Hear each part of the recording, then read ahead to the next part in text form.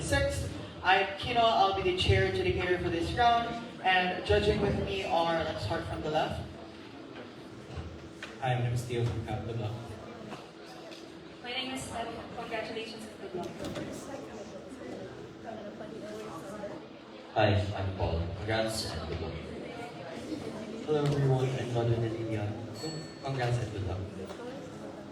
Before we formally start, few reminders. Number one, you all know the preliminary procedures before you start your speech. Secondly, please maybe remind the audience, please minimize their cheers during speech and do it after the speeches of the debaters so that it will not be distracted. Thirdly, just mind the equity rules as well. Without further ado, debating with the motion, this House prefers the positioning of Lapu-Lapu as the primary national hero of the Philippines, calling on Prime Minister to start this debate. Hear, hear.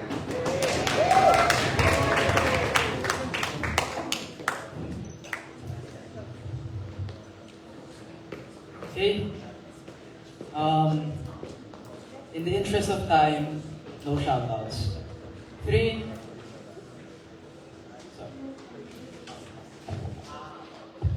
Are we good? Okay. Alright, hold on. Can we request for the line to begin? Thank you, OC.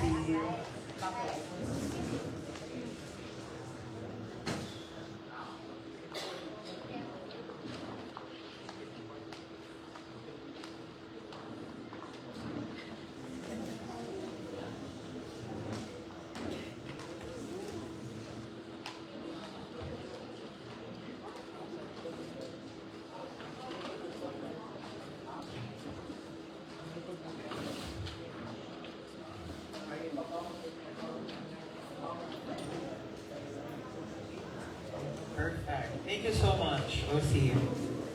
Without further ado, anytime. Thank you. Okay. Starting in 3, 2, 1. Few pieces of setup before anything else. Number 1, what is the comparative of the debate? Gob is to defend the counterfactual where Lapu-Lapu is the primary national hero. What does this look like? And I want to be very clear. 3 things. A. It is anecdotes of past stories of revolutions like primary diaries or historical accounts that are formalized deeply in education. Secondly, it is a re-evaluation of the core values that Filipinos have in social discourse. For example, Jose Rizal and Andres Bonifacio heavily advocated for things like conflict in non-retaliatory values or non-confrontational values in its aspects. With Lapu-Lapu, we aim to emphasize the following things. A. It is the fact that we are far more likely to be confrontational and far more likely to stand up to things of oppression because we heavily reject things like colonial mentality and we heavily reject the ability to compromise with colonizers that only aim to oppress us. C. It also looks like the building of monuments and memorials of Lapu-Lapu instead of Jose Rizal to honor his memory all across the nation.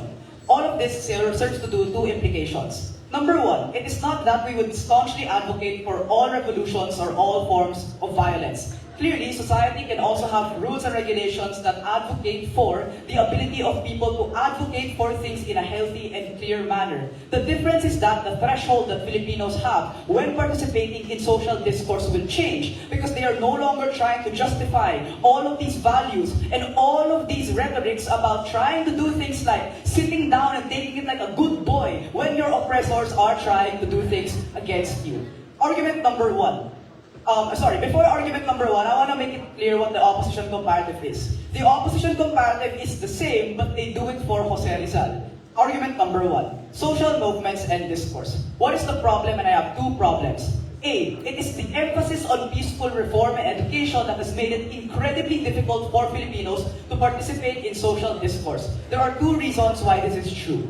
Number 1, a majority of education as it exists today has structural barriers that make it difficult for people to enter and to participate within social discourse. This looks like heavy formalization of things like history, things like sociology that make it difficult to form things like good social values. But secondly, it is the fact that there is an overemphasis on reform, even at the expense of trying to overly compromise even when you are already being hurt. And the reason why this is important is because of 2 things.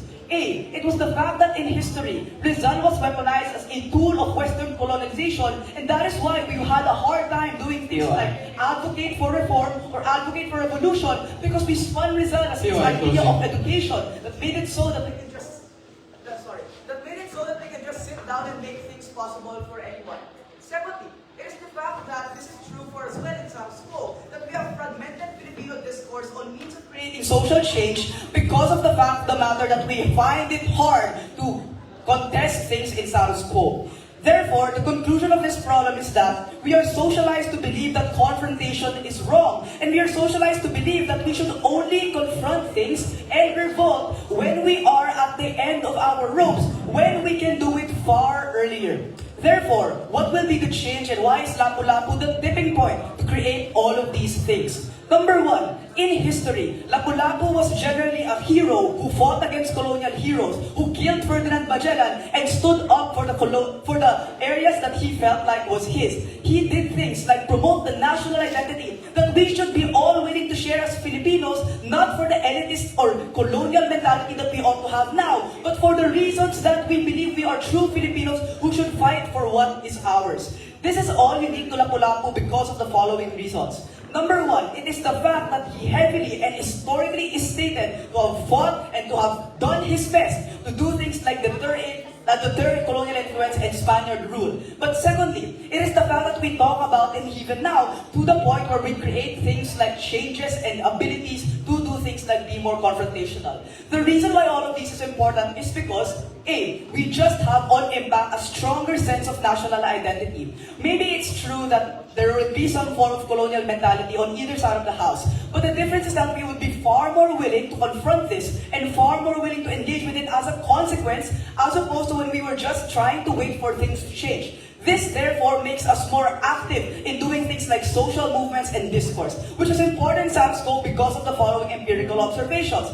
A, it is the fact that when we do things like talk about social discourse, we feel ashamed because we are seen as aliens who just don't want to stand for what is right. We are seen as individuals who cannot, for the love of us, agree on something even when it has to be violent because we understand that maybe we are wrong or maybe we are disrupting social order even when disrupting social order is necessary and urgent. We need to change that now because in a world where none of this had existed, it is a world where we remain slaves to ourselves. Second, it is the fact that we just make it healthier for ourselves. We create things like surrounding discourse that acts as benchmarks for when we do things like protests, acceptance for things like revolutions or things like revolts that we previously do not do. Even when in status quo, we are constantly being robbed from, we are constantly being embezzled from, and constantly being oppressed by people who we wish do not are like that.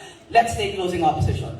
All of your remarks are not exclusive. Confrontations are not exclusive. If status quo confronted the oppressors, is status quo's world is the burden of all? So, as I mentioned in the comparative, on either side we will have difficult conversations. The difference is we do not push away individuals when they do, and that is the most important one, because alienating them is what has fragmented Filipino society from agreeing on a collective change. Weigh this impact then. Number one, it is the fact that Filipinos can simply agree on far more fruitful and retributive means of justice because we understand that these are proportional and valid reactions when we are being oppressed. Lapu-Lapu stood for that, and we should stand for that too. Secondly, it is the fact that we are just far more likely to amass scale. More people are far more likely to participate with us when they understand that the entry barrier to do things like social discourse or protests is lower because you are not being pushed away. You are not seen as an alien that disrupts social order, but instead is seen as an individual who is standing for the truth. And that is why we are far more likely to get numbers. But third, it is the ability to concisely do information. We have more information about how to settle for ourselves, protect ourselves in ways that are less likely to hurt us. And lastly, we just reduce colonial mentality because we shift this Overton window away from the idea that we shouldn't do anything at all, and instead, advocate for a Filipino identity that is for us and meant for us. Lapu-Lapu stood for these things and died for these things. In this speech, I have done the same. I thank the Prime Minister in opening this debate, calling on Leader of the Opposition. Here.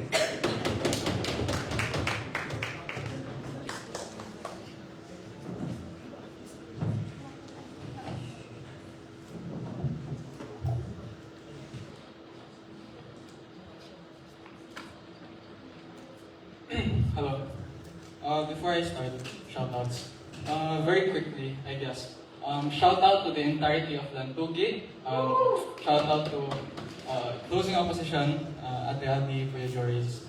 What else? Shout out Kuya Pino, right there.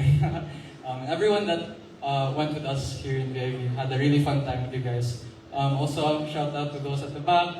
I see you. I'm not gonna name you name for name. Maybe Kuya Fiel can do that in his extension. Shoutouts.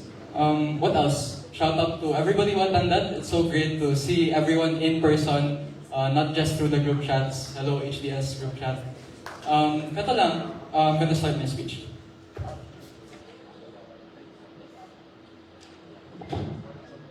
Starting my speech in 3, 2, 1. What government hinges their case on is that Lapu-Lapu and his portrayal is likely to be confrontational and is likely to be interpreted in that way. Two layers of response. Firstly, on the decolonial argument of resistance. I think that the problem with their case is they have to address the external actors that exist outside of Lapu-Lapu that do the same things, such as Andres Bonifacio, for example, which means that it was their burden to explain why necessarily it has to be Lapu-Lapu specifically, because there's a multitude of different actors that did have that form of resistance. So I just don't get why it has to be Lapu-Lapu specifically. And I think that secondly, Dan, what is exclusive to Jose Rizal that you don't get with Lapu-Lapu? His story is directly infused with the Katipunan, which involves a multitude of actors that do act for resistance, such as Andres Bonifacio, for example. You do not get this when you introduce Lapu-Lapu because there is no diversity of ideology that you introduce with this experience, as opposed to Jose Rizal on our comparative, where you have the introduction of external actors, which means that the quality of discourse and how we coalesce is going to be to a better extent because we see the diversity of ideas and how necessarily it interacts with each other. So we gain critical mass from the diversity of experience, and basically there's just more empathy because it caters to more people. But outside of that, few points of setup. Firstly, what does it mean to position someone as a national hero? I think there are two manifestations. Firstly, it saturates the image of what people see your country's identity as. This means it's going to be the primary form, which means that to large extents, they're probably going to have to wash a certain amount of actors related to Jose Rizal, specifically for the reasons that I explained earlier. But secondly, what it means as well, and where the debate is most important, is how we teach it in education, in our universities, in Ateneo, in University of the Philippines. This looks like, for example, in the UP curriculum, we have courses such as PI 100, for example, that talk about the lives and works of Jose Rizal, and necessarily what is forwarded in primary and secondary education, such as his literary works, such as El Filibusterismo and Noli Me Tangere. Note that these things are exclusive to Jose Rizal because he is a writer with conviction and emotion that you cannot get with Lapu-Lapu's depictions. Now, why is this better? Why is our side inherently better? 3 structural reasons. Firstly, it better aligns with the current experiences that we have and the contemporary problems that we face in status quo. This comes in 2 layers. First, on the clash of decolonization. This looks like, for example, the constant struggle of the Philippines for revolution, the constant struggle of Jose Rizal to gain critical mass and to infiltrate his ideology of liberalism to the people of the Philippines. I think secondly as well, this looks like the rhetoric going against Spanish propaganda because the problems that we face in status quo aren't necessarily violent, directly violent things where we have to clash and we fight people with guns and swords, but necessarily it is about the war of information. It's about the war of words. And you can only get this alignment when you talk about Jose Rizal. This is where we have the most resistance to the populism that infiltrates and permeates and causes the democratic backsliding that we have in status quo. I'll take the point. Open. So, if Jose Rizal already has a chokehold on this and there is very little way to reduce it, then that's what makes Filipinos divided as they fall. You need to explain why this division is a trade-off. Okay, I'm going to explain it in my succeeding mechanisms. So, okay, there's the populism mechanism. Secondly, why is it important that Rizal is a writer and an author? There's 3 implications to this. Because he was a writer, he's uniquely able to radicalize people, and this is how I prove capacity answering to the POI. Because Rizal empowers the power to incite pathos because of the experience of struggle.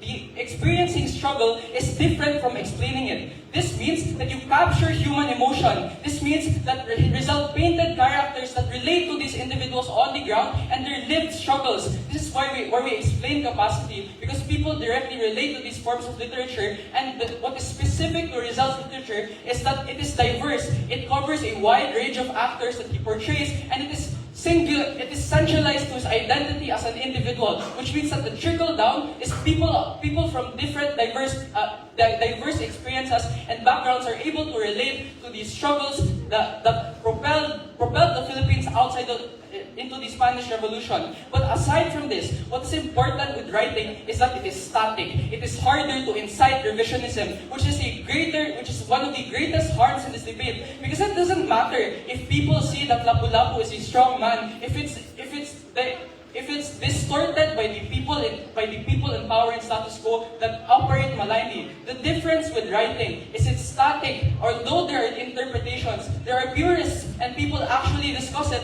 as opposed to the experiences on their side that do not have the same level of documentation as Jose Rizal. But thirdly, what Rizal does is the introduction of social issues and feminist frames. Look at characters such as Maria Clara, for example, that actively portray the struggles women have to go through on a daily basis. I think this is important because we're having this debate in Women's Month, so you ought to consider that impact panel. Thirdly, on strongman politics, which is one of the most proximate issues that we have in status quo. Strongman politics is characterized by a strong, authoritative, and charismatic leader. This is exactly what Lapu-Lapu is, and this is exactly how they're going to distort all the forms of resistance that they want to have. This means then that people want to bring Duterte home because necessarily he's an authoritative figure that wants to go against U.S. imperialism. This is where the impacts of decolonialism aren't realized because it isn't used to actually decolonize the place, but necessarily it is used to leverage power and to keep the people and political dynasties in place. Note panel, I would like to ask, where does the resistance to populism exist? It exists in universities that teach education, the lives and works of Jose Rizal, and his struggles, his infiltrations of rhetoric, and the many different images and art that he made in his lifetime. Note panel that in these universities, this is where you get the most amount of resistance. And this proves capacity because now in status quo, we see that when it is embedded in the system, it is less and lesser subject to rhetoric, which means that with more centralization and the more hierarchical point of which you put other actors such as Jose Rizal as the national hero, you get more forms of this resistance. But more importantly, I think that in their comparative is just not well explained insofar as they never give the lore of Lapu-Lapu. I'll give that burden to closing. Thanks for that speech, leader of opposition. To continue the case coming from opening government, calling on Deputy Prime Minister here.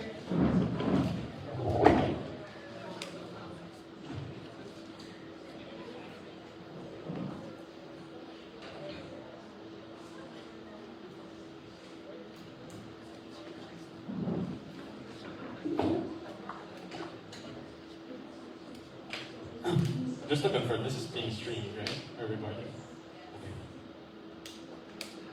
Okay. Sorry, this free speech part will be a little bit longer because I prepared something. Please don't laugh.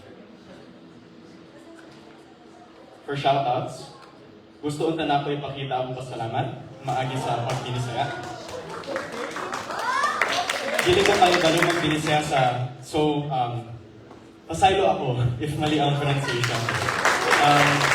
Special thanks kay Kiru sa pag-translate ani. Daghang salamat sa OC, CAP, Ateneo de Cebu, sa pag-host ani nga tournament.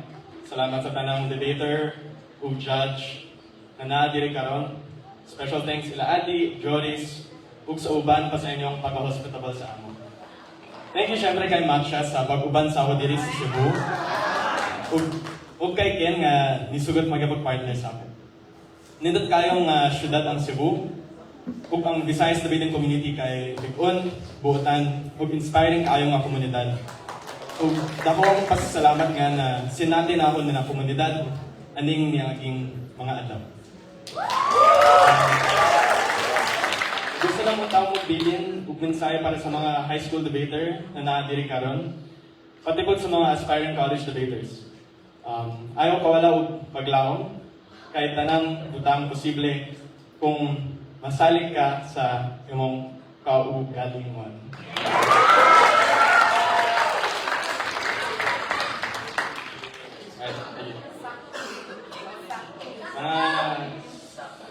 Sakto. Okay, starting number.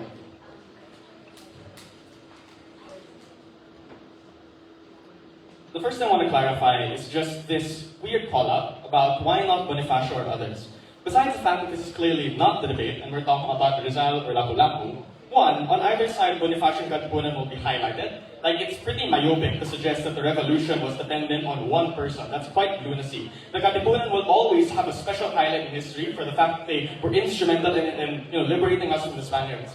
But secondly, this obviously works against opposition because Rizal was used by the Americans to stigmatize revolution. He was used to pummel down the image that the Philippines should be looked at as someone of bravery because of the Katipuneros, whereas on our side, clearly the values align more greatly there. Two things in my speech. Firstly, how do we view those who wish to change our society? The problem we identified was that Rizal had a chokehold on the way that we see society today, where every university forces students to learn PI 100 and Rizal. Generations of Filipinos placing a premium on propriety as a result of this, which means we discount the protesters and the average layman. We call them bastos, ungrateful, or, forgive my language, buwang. When they talk about these things, they say we still have confrontation. One, confrontation does not mean you are listened to. If you're the average protester on the street, you are invalidated for seeming out of line. We vote politicians who put this premium on propriety because they were educated. You did not have a degree, I did. And therefore you don't have a say, and you don't get to have a say in our social discourse. And I know that this might seem like we're exaggerating, but it's clearly the result of how we're inculcated in the education system for nearly 100 years, where we are being told that these are the values we ought to adhere to as Filipinos. So maybe I'm exaggerating, but clearly it's a result if you look past the words. The second thing to point out is that opening opposition's argument writes against this, where they say, well, there's a premium on writing, but the premium on writing excludes the most vulnerable, where the vast majority of Filipinos don't even get to graduate college, where many Filipinos don't even know how to read or write, where maybe the vast majority of them just simply have an innate feeling that something is wrong, that they know that they are being oppressed, that they deserve to have a job, that they deserve not to be discriminated wherever they live. Whereas on their side of the house, they don't get to express that because they are forced to go through, functional formalities that don't really matter to the average layman. What was the impact of our argument, and why does this outweigh anything you've heard from opening opposition? The first thing is that more people would speak.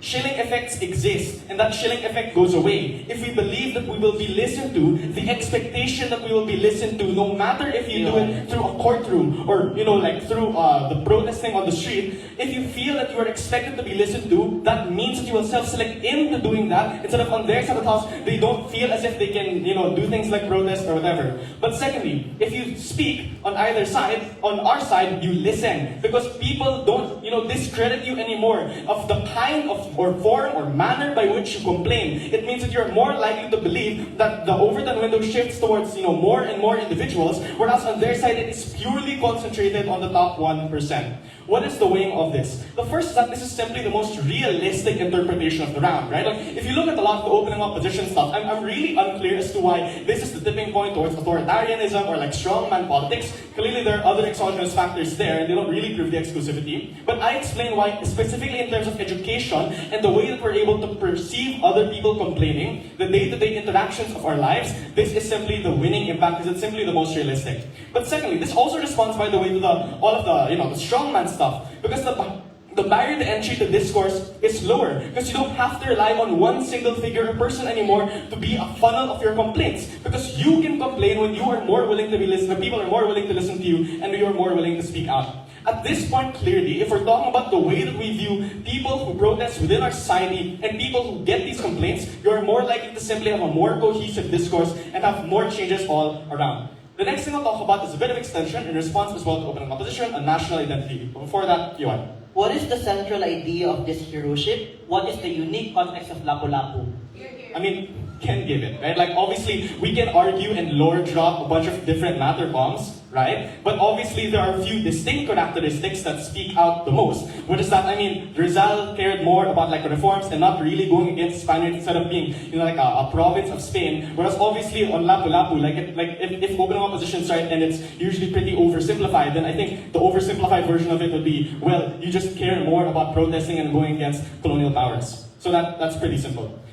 On national identity, the claim I'll make is that too much of our national identity is centered in the imperial north, where aspects of business, of governance, and the like are all aspects all centered in Manila, unfortunately. The problem with opposition is that maybe you might believe this is the tipping point or not, but Rizal contributes to the cultural aspect of that very, very much. With Rizal spending his education in Manila, with Rizal dying in Manila, where his monument of his death is in Manila. What does that mean for the kid in Cebu who has not one step foot in Manila? Or the kid from Bukidnon who is sick and tired of the idea that the hero can only look like an Atenista born with a silver spoon in his mouth?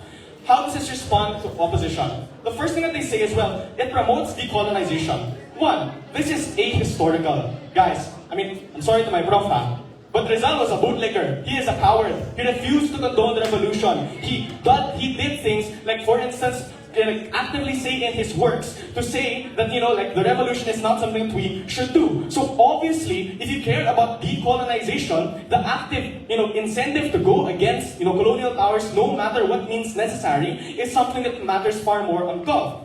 Secondly, they say, well, it's revisionism. Firstly, that's like not realistic. Like, how do you think history books are made, guys? Like, the fact that we know what Lapu-Lapu did 300, 400, 500 years ago probably suggests that there's very, very little revisionism. Like, what are you gonna revise? What, like his hair color? Like, I really don't get it. The second thing to point out is that I think, like, the point of revisionism isn't really about the facts themselves, right? It's about the way that these are used as tools. We explained very concretely from Ken as to why, you know, like the use of Rizal as a tool was used to silence more and more individuals, whereas the promotion of a value of speaking your mind, no matter what, is something that cannot be controlled, because these are things that are inherent to an individual and not dependent on who is going to listen to you, because it's not dependent on the mode of speaking. Why is this debate winning? It simply means because it's far more relatable. The fact that he was just a chieftain of the old world, the fact that he did not have a silver spoon in his mouth, means that on scale, more people simply appreciate the Filipino identity. More people contribute to it. There's more cooperation between regions when people feel more like a Filipino against themselves. But also this means that people are simply more willing to, speak their mind, and people are more willing to reason, no matter what region you're from and no matter what place you were born in.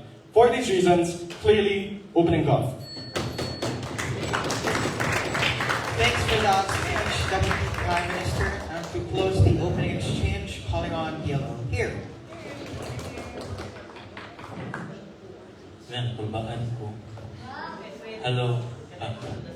Okay. Yeah, Okay. let's take a 5-minute break. Anyone who wants to go to the bathroom, you may now come. Thank you. Okay, so while he's having a break, or while we're having a break, I'll just do my shout-outs. So I need to start. First shout-out goes to my home, Lantugi. Out and out karon. Sian, Maggie, Del, Christine, Gasa, Johnson, Sean from Raptor. Hello. And also to those who are not here, such as Dean, Jacob, and Janet, Rina, Adrian, Magno. Government Day. And of course to Ate Adi and to Kuya Jor for being the people who have helped me reach this stage. Wow! And I would also like to give a good shout out to all of my friends who surprised me on my birthday last Friday. I did not expect that. I had to leave Socials Night because of them. And obviously, I want to give a shout out to my family who have to endure me not being at home for weekends because of the beat. Lastly, I want to give a shout out to my girlfriend, who is not here right now, but has been very patient with me not being at home waiting for us to be together. And of course, lastly, shout out to my idol and the person who gave me courage to stand here this afternoon, Alyssa Liu, the Winter Olympics gold medalist. I am very nervous, but she has taught me a very important lesson, that is, you will never lose on stage because every second that you are there is an opportunity for you to gain. Alright? Wala pa, ano na? We'll say na? I think everyone's here and back already. So I think you can start anytime. Thank you. Alright.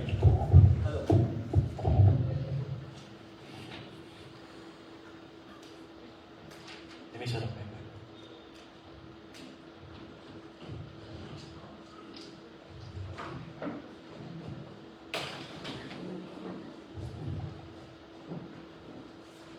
The history lesson is irrelevant to debate because Rizal, as a pacifist reformist, is a reduction of his message. That is why we need PI 100, because we ought to understand the complexity as to why he advocated for reform. Because he believed that the Filipinos were incapacitated to wage a revolution against Spaniards and US armies having the machinery, but he also believed that there is an impetus in the premium on the survivability of the Katipuneros, just like Bonifacio, because he believed that just fighting them with bolas and spears is not enough when the Spaniards have cannons all against you. This is then the importance as to why we need Rizal in education, because he's able to nuance one, the struggle of colonization, the necessary cost-benefit analysis, that between having to fight the Spaniards head-on, between having to contend and preserve our efforts through underground movements, just like the La Solidaridad, through propaganda, just like Colimitangre, just like Alfredo. I think this is important to what we need to teach to the youth in the contemporary issues to be faced today. But then secondly, right, we have to talk about the necessity of survival amidst a revolution. And this is already winning against opening government. Because they talk about how we have to confront Marcos or Duterte right now because of the issues with flood control. But notice that in status quo, there's already state apparatus using the police and state surveillance against people like activists, for example. They're already using red tagging and issues just like putting a coffin, they're putting the face of Paulo, the candidate for Kabataan Party List, for example, to try and suppress these movements.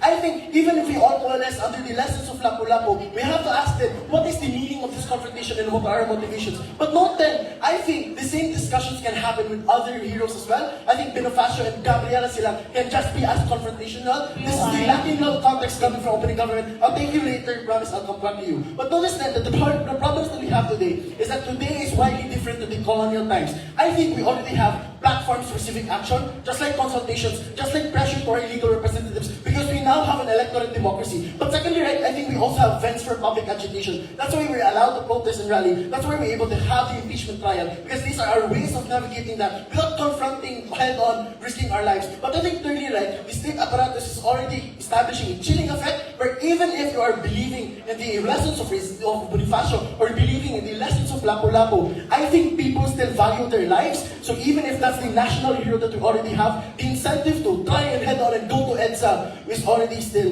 bad. What are the responses more than? I think if people are going to be angry and oppressed, it will still happen on both sides. So I think people who are really mad will still confront their political officials. So I think then we have to talk about how confrontation, sure, is going to be symmetric on both sides. So the debate is about the quality of the confrontation. What motives do the people have and how do they navigate? This is a debate on the extent. But notice then that you have better discourse and movement on our side. There's no analysis on the likelihood of more confrontation on their end, but I'll be charitable. Note then that Lapu-Lapu City, my city by the way, has specialized subjects within our public education about their national hero in Opon. But note, there are more mobilizations in EDSA and in Cebu, no mobilizations in Lapu-Lapu for the last 21 years. But note then that the Lapu-Lapu cannot give you the quality of education that Rizal's already have. Because we have to ask, what are the motives of Lapu-Lapu? Does he understand decoloniality? Does he understand nationalism? No, he's just a dato within his colonial chieftain. He just saw white people trying to take the children. I think he was like, oh, hell nah, bruh. But I think more so, this is about the discussion, the alignment of status quo. What solutions are better to be employed right now? I don't think it's confrontation. I think it's about trying to be a professional, using the education when Rizal said, ang kabataan, ang pag-asa ng bayan, or trying to be a professional because you believe social change cannot just happen externally alone. It must have that compromise of working within. That's why Rizal is not a performative, macho boy lover, passive-faced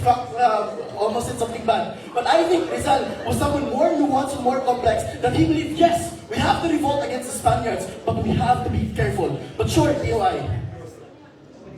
Closing. Alright, so in your world, is reform the only and sole solution in order to achieve, resistance? Obviously not, because we still see validity in the movements just like the Akbayan, for example, or Anakbayan, the Nakden movements. But notice that this is why Rizal is so important, because not everybody can opt into the Nakden radical stances of Anakbayan, for example. But everybody can try to get an education, can be a doctor, can be a lawyer, can be a politician, can be a professional, all of these things in order for them to try and catalyze social change. That's why you have the Appointees Foundation sponsoring different events, because they believe in creating a much more progressive youth. That's why you have doctors trying to be be more liberal in their views because they have PL 100 in their education. Note then that change cannot exist solely alone in the States. I think this is where you have to go back to the chilling of the established, no more POIs. But I think that Rizal is a person with a premium on access if this is what OG wants to posit. Because you can be a professional to change society. You can focus as well on informing the public by being a journalist, by working for the media. Because you believe that the DDS are people who are informed, disinformed, and you believe just like Rizal, you want to change their minds through propaganda, through literature, through art, through the most beautiful things without going to violence. Because sure, violence is valid when people are dying on the streets, when people are dying in their homes. But I think is violence or through confrontation the most accessible thing for the people? OG already loses. But also note that even if elites are going to learn Rizal or our comparative, elites then are going to be liberal and progressive. That's why you have Laila de Lima, for example. That's why you have rich people who still believe that corruption is bad, and these are people who are still confrontational. But note that I think this is a demonization of reform coming from CG as well. Why? Because I think the division on how to confront is going to be symmetric on both sides. But notice, Rizal will still exist on their end. So there are still going to be people who are pro-reform. At least in our world, with the premium on reform, generalized and educated revolution. I think this is something more people can opt into, and therefore it is more good for society and much more accessible. I think that we have to tie back what national heroes are really for. Because there are symbols and ideals. These affect the culture and political behavior that the people had. Therefore, the tipping point then is with the quality of education and the quality of services you ought to produce through the symbolism, through the institutionalization, through education. In status quo, we still grasp the contemporary issues that can be parallel to the issues of Rizal back then. But notice that the complex characterization to teach us that revolution and change can happen carefully and can happen strategically. That is the premium, not immediate confrontation, but more thought. Because Rizal was critical. He thought us to be philosopher and invoked emotions among us. This is why the weighing matters. Because of magnitude, you have better quality of confrontation. Because people will still hate politicians and people will still protest Malacanang. The question is on the matter of how and why. I think Rizal will teach you that you ought to be careful, you ought to prioritize your lives, study these different theories, and you'll have a better understanding. But notice on the quality of education, the critical mass are going to learn more about these different theories, on Orientalism, on Western theories, on Marxism, for example, because really these are the things that Rizal also studied when he went to Europe, and these give us a critical nuance. That's why Anak Bayan has Marxist ideologies. No, yeah, Anak Bayan has social democratic ideologies. But notice that this happens on scale, because the access and mobilization happens not only within the streets, but also within the system. But I think the incentives to social change happens when you first learn if the Philippines is wrong. How can we change it? You ask Rizal. Thanks for that speech, Deputy Leader of Opposition. Now to open the clash in the closing half, calling on member of Congress. Here.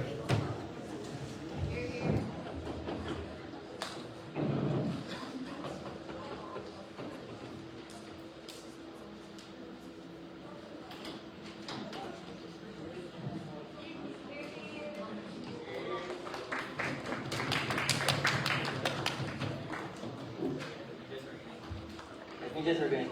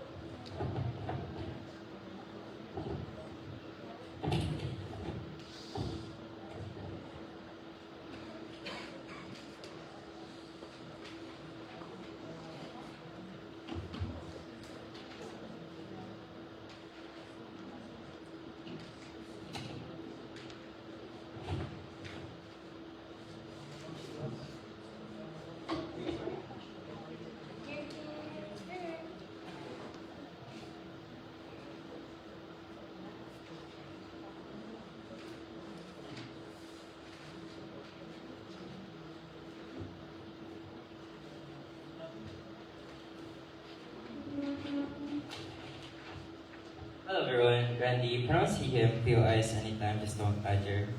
Since this is my very first open grants, I just want to take the chance to do a very quick I'm really scared right now, but who cares?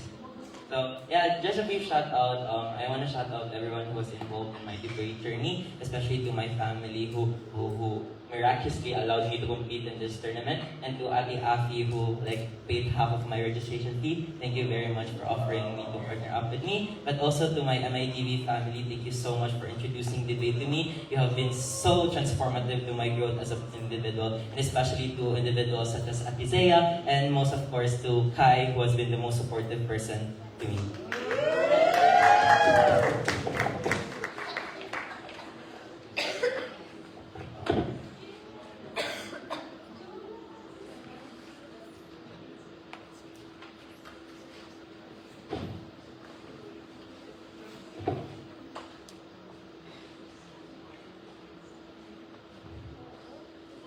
Starting this debate. Oh wait, timer.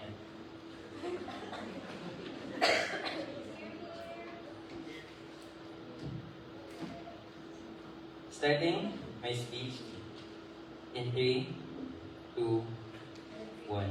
As someone who comes from Mindanao, I've always been exposed to the idea that we in Mindanao are left out from the national government. That most of the development and the development that happens in the Philippines is focused on Imperial Manila, for example. This leads to a lot of resistance to exist in status quo, like at the Moro Liberation Front, for example, and the many resistance that happens in Mindanao, for example. This debate has been so shallow coming from both opening houses because it has become a revolution versus reform. But the simple response to this is to say, as what Ate Zea taught me, two truths can exist in one reality. For example, we don't have to debate on the idea whether revolution or reform is better than the other. But this is to also rebut to the claim that you get coming from opening opposition, where they argue that reform is the only solution to the problems that we have in status quo. This is inherently not true, because just because Rizal is recognized as the primary national hero doesn't mean that he exists in isolation. We also have national heroes like Bonifacio, for example, who actually diversifies the solutions that we can actually propose in status quo, for example. But even if that's going to be true, this is where you alienate other forms of resistance, such as the moral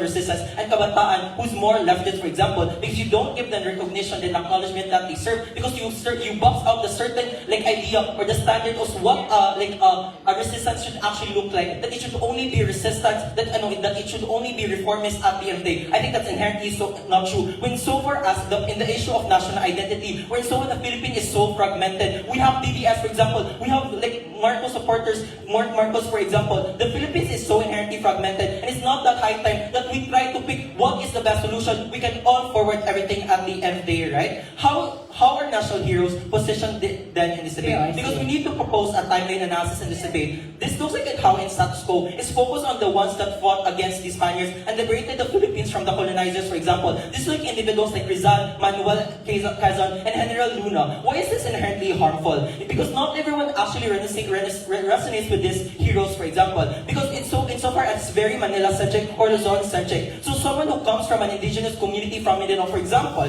this looks like how it's difficult for us to understand why the Moro Liberation Front was actually very necessary to call out the government for their corruption, to call out the government for the alienation that the Moro that comes from Mindanao have felt for so far too long. Because the way you position the primary national hero, that they are the standard, that it should be reformist at the end of the day. How is this reflected in our society? This looks like how the discrimination of those that actually don't come from Luzon, for example. This means to say that there's still an existing harm coming from opposition. Their analysis on speaking out, revolutionizing, can actually manifest insofar as there's still that fragmentation that exists that they haven't mitigated and solved under their bench, right?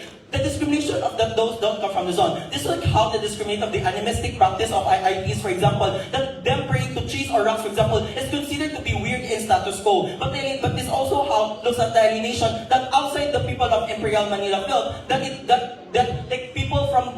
people like BDS, for example, reinforces their the way they view Duterte as a martyr, for example. But let's engage with opening opposition. Coming from them, they tell us that the positioning, because of the positioning, we have education on how we were liberated from the Spaniards. We got awareness, for example, the issues on Rizal that he was able to solve in status quo. But I think that does not exist in isolation. It's where all debates as if the moment we shift the positioning, suddenly there's going to be no books about Rizal. That's not inherently true true, right? But secondly, the fact that opening opposition themselves see that we already have many books on Rizal, for example, which is a bullet to their foot. Because if that's true, that means we already have an oversaturation of the glorification of Rizal, for example. This means to say that it's a high time for us to actually shift the focus and look at the past. Look at pre-colonial Philippines, for example. The way that closing of government repositions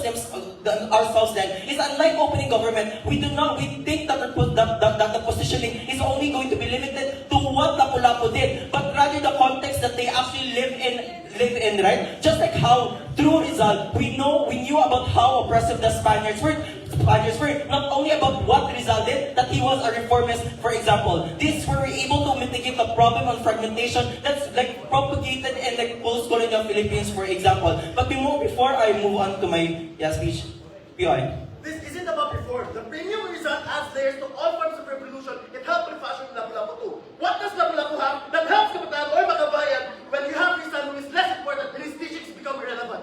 But the problem with your analysis is that because of the positioning of Rizal as the central national hero, you dilute the diversity of the forms of revolutionary resistance that exist in status quo. Because in school, we're only taught about what Jose Rizal, for example, or even that the focus is on Jose Rizal, for example. This means to say that under your side, you can't get the diversification or options at the end of the rate, yeah? Because what you do in closing government then is now on the timeline, we try to look at the Philippines during pre-colonial Philippines, where the diversity of identity and culture was recognized for its flexibility, right? Because it was only during the arrival of the Spaniards that they classified the Filipino identity. It was them who defined what a Filipino actually looked like. But notice how, because of the existence of Lapu-Lapu, for example, Lapu-Lapu, he had his own warlords, he had their own rules, he had his own systems. This means to say that Philippines already existed before the Spaniards actually existed. This is actually a good analysis. Insofar as most of the Philippines is heavily reliant towards the Western world, when the development plans that we adopt, for example, are coming from the West. This is not inherently bad, but there are also not bad that's result from this. This looks like how development plans in the Philippines, for example, does not really take into consideration about the displacement of IPs that happens to IPs, for example, or the deforestation that might happen, because it's not context specific, or it doesn't adapt to the context the Philippines is, because we just adapt to what the Western world sets as a standards, right? So the narrative that you propagate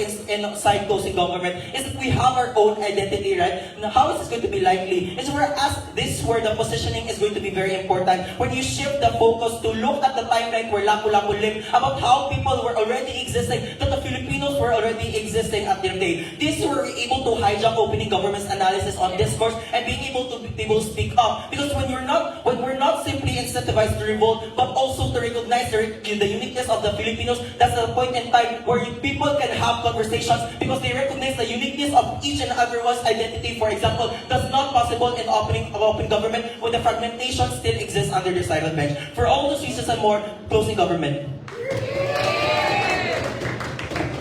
Thanks for that speech, member of government. Now to open the clash in the closing half, calling on member of opposition. Here.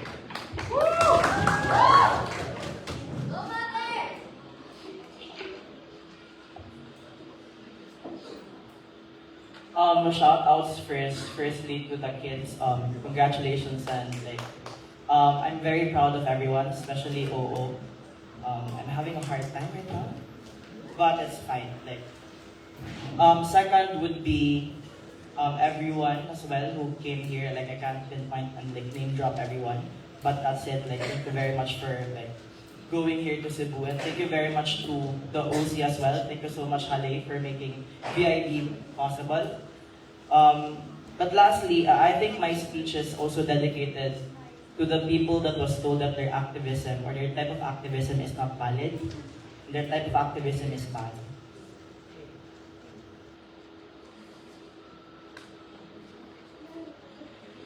Two things in the speech. What does the primary national hero do? And this is the mechanism of the critical mass that we will opt at closing opposition. But second is, why is confrontation better at closing opposition? And we will just meta why there is a specific nuance to Jose Rizal, which is actually the inspiration of my name, right? Firstly, what is the unique mechanism of critical mass? The first is, and this is connected to the primary national hero positioning, is the signaling effect, which OG correctly points out, on the psyche of the society. the moment villains emerge, such as Duterte, for example, and it's actually not true. Like villains emerge, like the ICC emerged towards the Philippines and captured Duterte in the first place. That's the point in time where there's a signaling effect of what type of solution we ought to do. This was something that was discussed coming from leaders of opposition, but we analyzed that this is something that can be done badly, given that the moment that you put this positioning, you cannot control how people receive this in the first place, and that's the unique contribution that CU has in this discussion.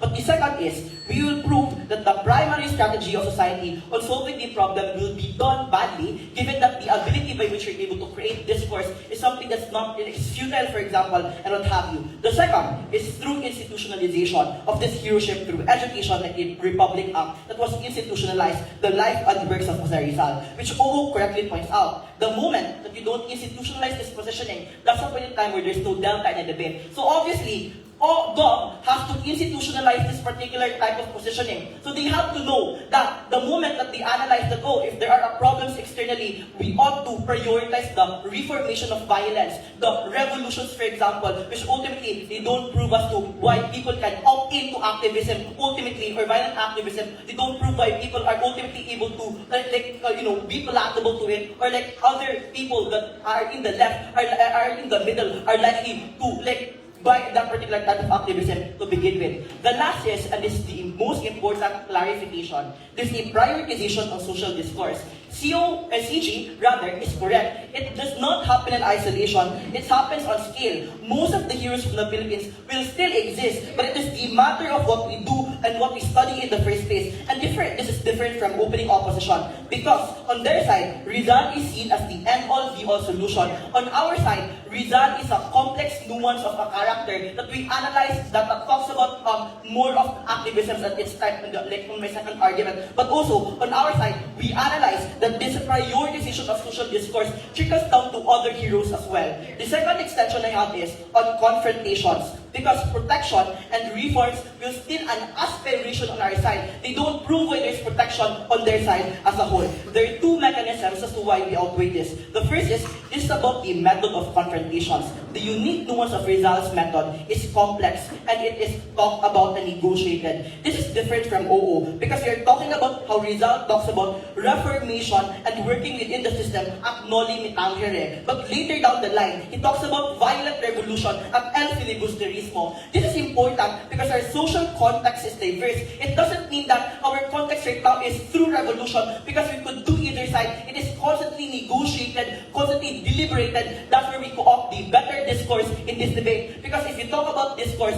we shouldn't have hegemony of what type of discourse, what type or correct of discourse that happens in status quo. They're able to deliberate, for example, to the solutions of every social problem. On their side, because there's a divide of anak bayan, Anak Bayan and Kabataan and other like these types of activism will always be the right type of activism, which does not open for other leftists, for example, that has diverse ideas as well. What we're not saying that there is a correct way of activism. What we're trying to say is there's a deliberative process of that activism to happen in the first place. But lastly, there's a depositioning of Rizal that isn't shallow, for example. It does not end on what he is, but on his flaws, for example, on his humanity, and therefore it talks about its diversity. But yes, We would have studied the contributions of our heroes on either side. The debate is about what values we want to make central to our belief system. So we studied their actions as an extension of their identity.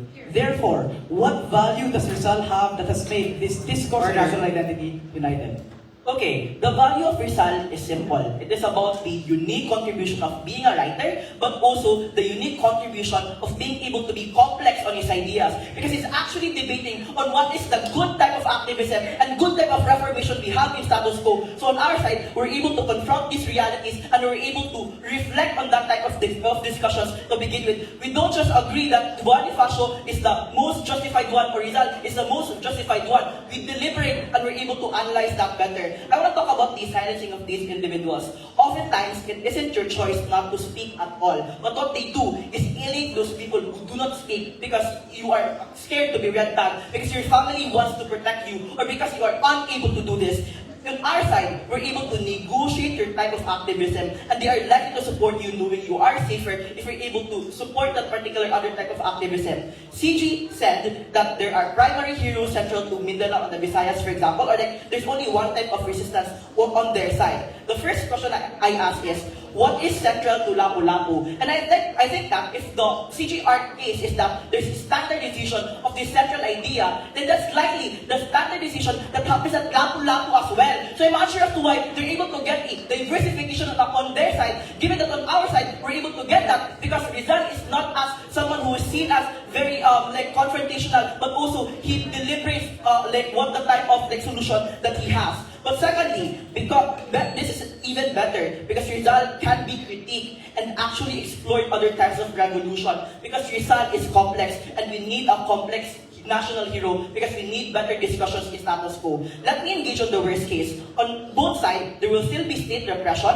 there will still be state incapacity, there's still like, these things are happening. I want to talk about access because everyone can rally, but not everyone can rally safely. On our side, education is seen as a saving grace to liberate themselves because everyone can access education, not everyone can access rallying on the streets, for example. And this is better because on either side, discussions will still gear towards the solution of the state, will still be geared towards like liberalization, for example, will still be geared towards decolonialization. But it's the type of decolonialization that we do. It's the type by which we're able to negotiate these types of like discussions, for example. On our side, there is a schism, but also that schism solves itself because there's deliberation that happens at closing opposition. Proud to oppose. Thanks for that speech. Member of opposition, known to entirely anti-chaos of the government, calling on GovWeb. Here.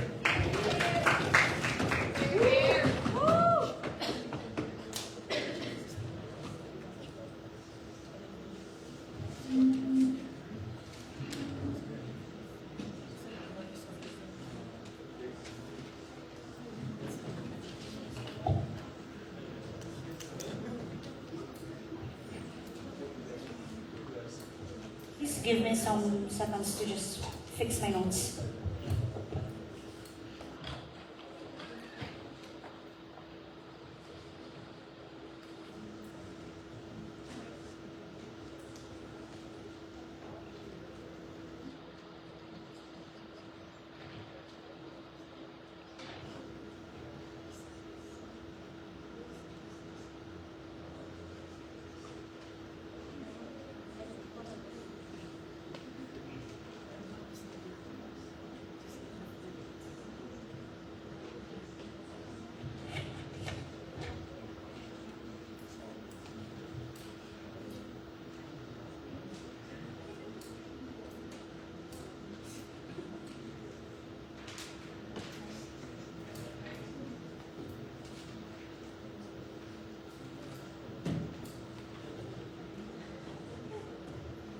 Alright. Hello, my name is Afida. She, her. Alright, before I start with my speech, just a few shoutouts as well. First is to, of course, to MITV. Thank you very much for honing my skills as a debater. Even though I have been debating for, I think, almost 3 years, and I have always been a first speaker, it's actually my first time doing, and I'm glad that I reached grants. Second one is to Kuya Edwin, one of our alumni, who actually sponsored me in this debate, which I also shared with Randy. Lastly, I dedicate this speech to my grandfather, who has always been very, very supportive to me, and who is also the reason why I am speaking here, because he fought for our existence despite the discrimination towards Moro, especially during around 90s, where non-Muslim basically discriminated us simply because we're different, simply because we look so aggressive. Yeah. With that then, for POI, plus just stand up. I could see you. So yeah, I'm gonna take one anyway because it's mandatory. Starting my speech in 3, 2, 1, go. Resistance is indeed power, and we agree to that. That's not something that we should debate about. But what happens with that resistance when it's fragmented, when it's not inclusive, is it basically becomes so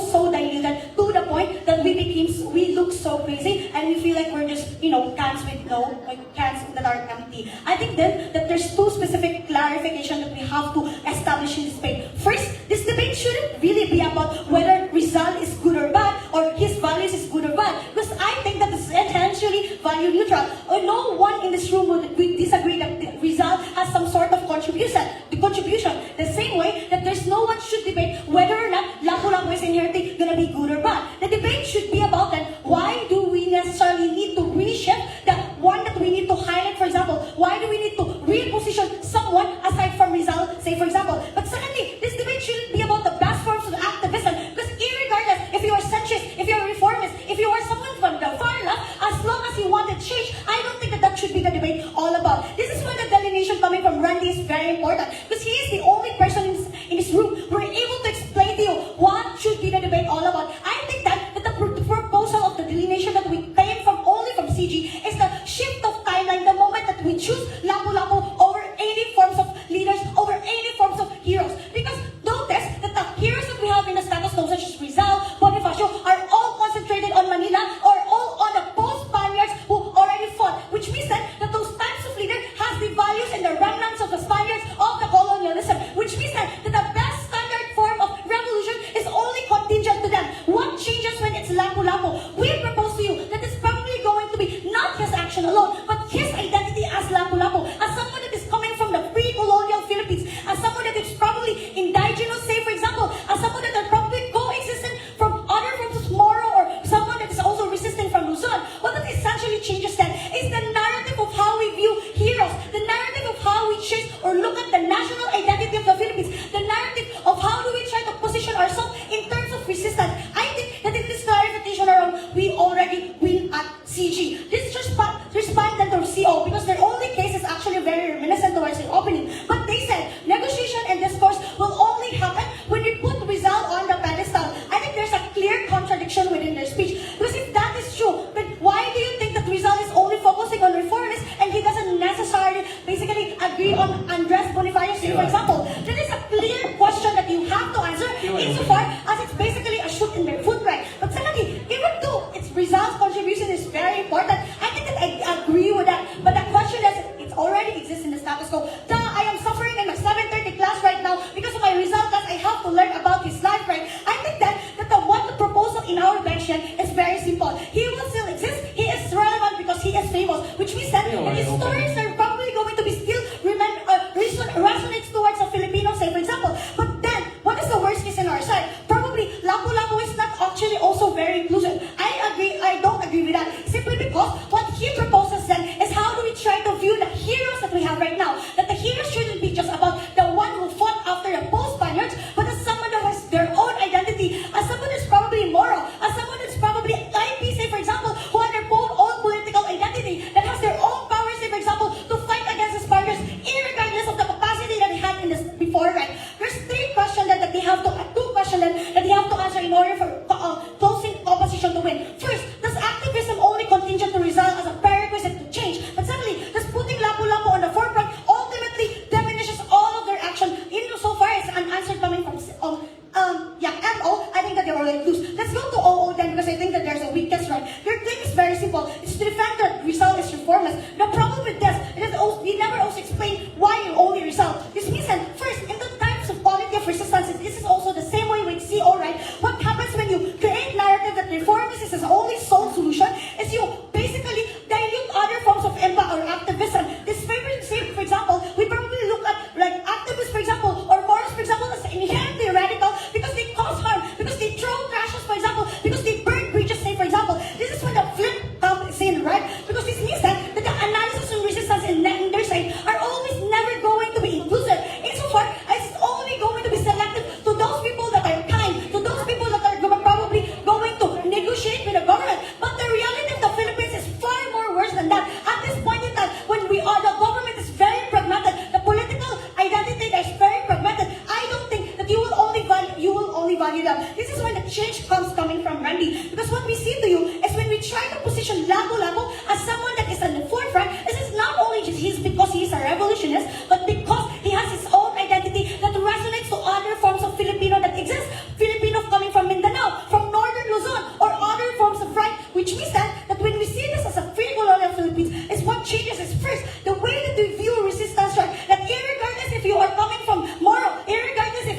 you're wearing humbong, for example, or irregardless if you are very liberal, it's fine because that is still a form of resistance. Because now, because of the timeline, we only not just view Lapu-Lapu, we probably also view Gabriela Silang. We also probably view other forms of resistance because we only see our perspective coming from the past, from Lapu-Lapu until the present. I think that changes the moment that we have Lapu-Lapu, which is finally opening government never really answer. Before I move on, how do we try to get closing? Wait, can I drink water? Okay, I must like Pause your timer at 5:57.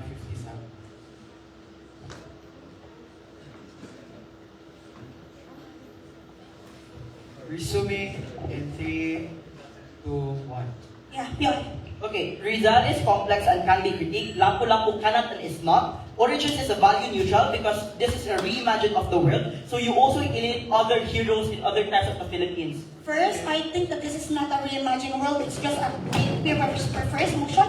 Secondly, I think that Lapu-Lapu could still probably be complex. That's the reason why we have to reposition him in order to relearn him, in order to understand him. And sure, even in the worst case that they're probably going to recognize other heroes in the Philippines, then that's great because now we highlight every regional identity. We highlight every Filipino who fought, say for example, and this is when we create compromises where we could probably allow them to go to the Senate in order to represent themselves. I think that representation is typical. We only win. They know that opening government, they basically just centered around that, probably Lapu-Lapu is unique. We have never really provided any forms of solvency. We solve this under this method because what we tell you is not just about revolution alone. It's about the clear change of identity of the Filipinos. The moment that we recenter Lapu-Lapu, it's about how we view that we are not just about religion, but we are different Filipinos. Say for example, this we said, the discussion wasn't only going to be isolated towards, we wanted revolution or not, but it's a discussion of what probably is the best forms of revolution, or how do we try to diversify the revolution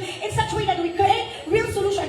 I think then that if you want real reforms and real resistance, that only happens when you recognize every bit of heroes, and that hero started with Lapu-Lapu, who started it all. With all of those reasons clearly proposed. Thanks. Thanks for that speech, Government Whip. And to entirely close this debate, calling on Op Whip. Here.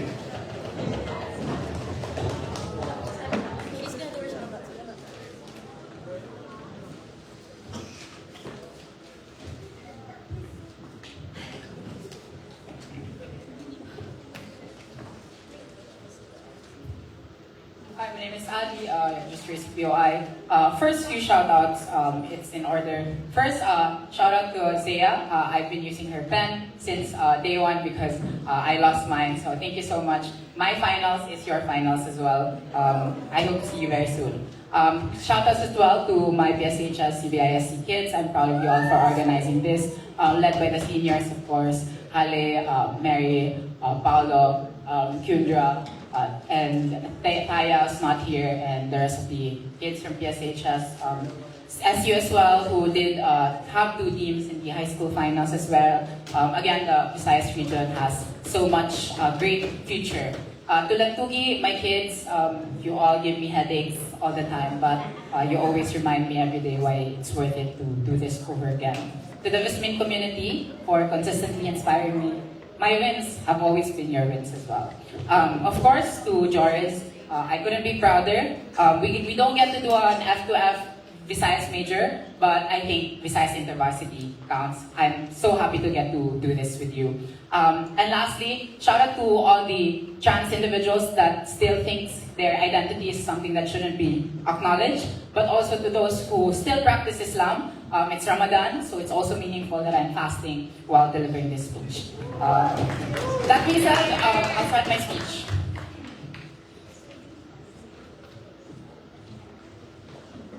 Starting my speech in 3, 2. A primary national hero is not just a mascot, but they should be mirroring who the Filipino is. That just like Jose Rizal, you're a mama's boy who lost a sibling, studied away from home like I did, because to be a hero is to inspire the youth to be the hope of the fatherland. Before anything else, what's the unique thing from our extension before I respond to government?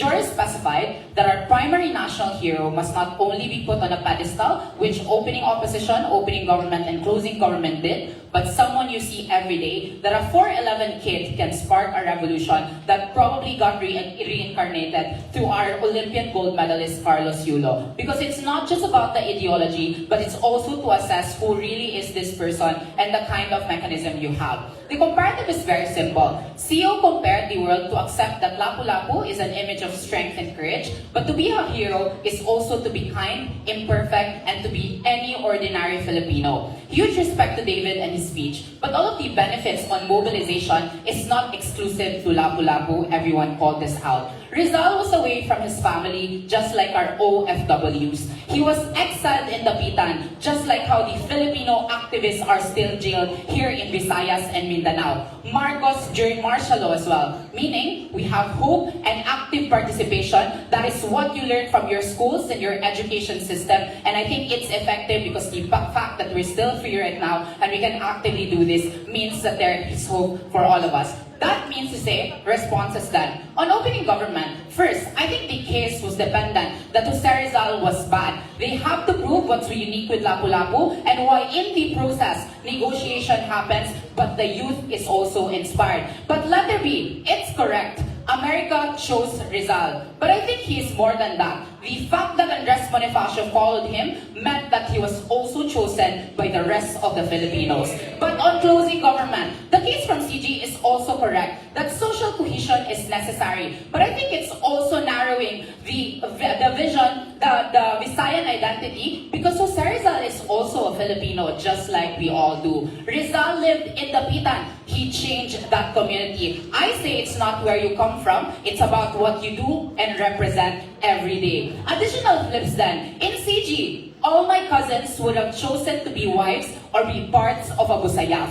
My cousins chose to be part of the Doctors Association of the Philippines. We chose to become Muslim politicians to represent each other in bar. While this is correct from them, I think they also create active tensions on non-Vismin identities and individual. What about kids like David and Ken then? I think that because of Rizal, you create intersections of complexities of human Filipino experiences. The technical flip is clear. CG has no wing. OO gave the unique walkthrough. CO gave the unique walkthrough of safe revolution and institutionalization.